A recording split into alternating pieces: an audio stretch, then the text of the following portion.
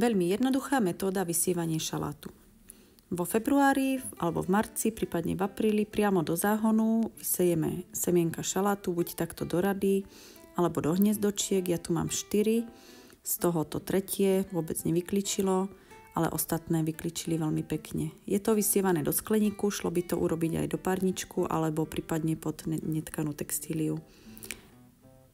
Asi o mesiac vyrastú šaláty do tejto veľkosti a môžeme už ich presádzať. Tu je na porovnanie vedľa neho len šalát, ktorý som kúpila ako sadeničku v marci, takže je o mnoho väčší. Hniezdočka tiež vyrastli veľmi pekne a tie by sa tiež dali presadiť už, okrem tohto. Tak, zoberieme si lopatku a podobereme lopatkou korienky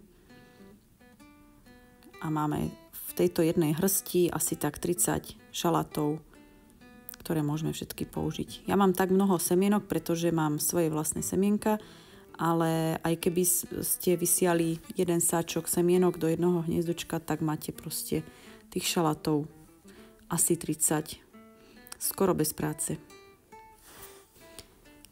Jednotlivé korienky sa veľmi ľahko oddelujú vo vode, takže stačí celú hrst namočiť do vody, trošku to pomrviť a opatrne povyťahovať jednotlivé šalátiky.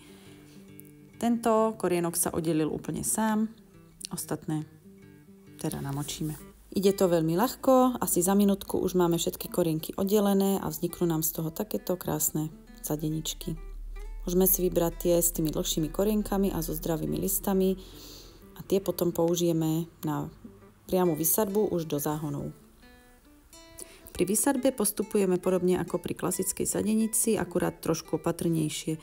Šalát sa snažíme chytať hlavne za listočky a korienok veľmi jemne pritlačame do zeme a snažíme sa, aby bol ako v zemi, vertikálne.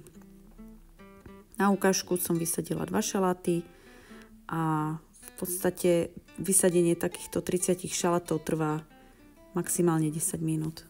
Takže je to veľmi jednoduché a rýchle. Tak stačí už len zaliať a je to hotové. Keby hrozili ešte veľké mrazy, tak odporúčam prikryť tieto šalatiky netkanou textíliou, pokiaľ nie sú v skleníku. Komu by ostalo mnoho zbytočných šalatikov, môže si ich zjesť ako microgreens alebo samozrejme darovať svojim priateľom a susedom.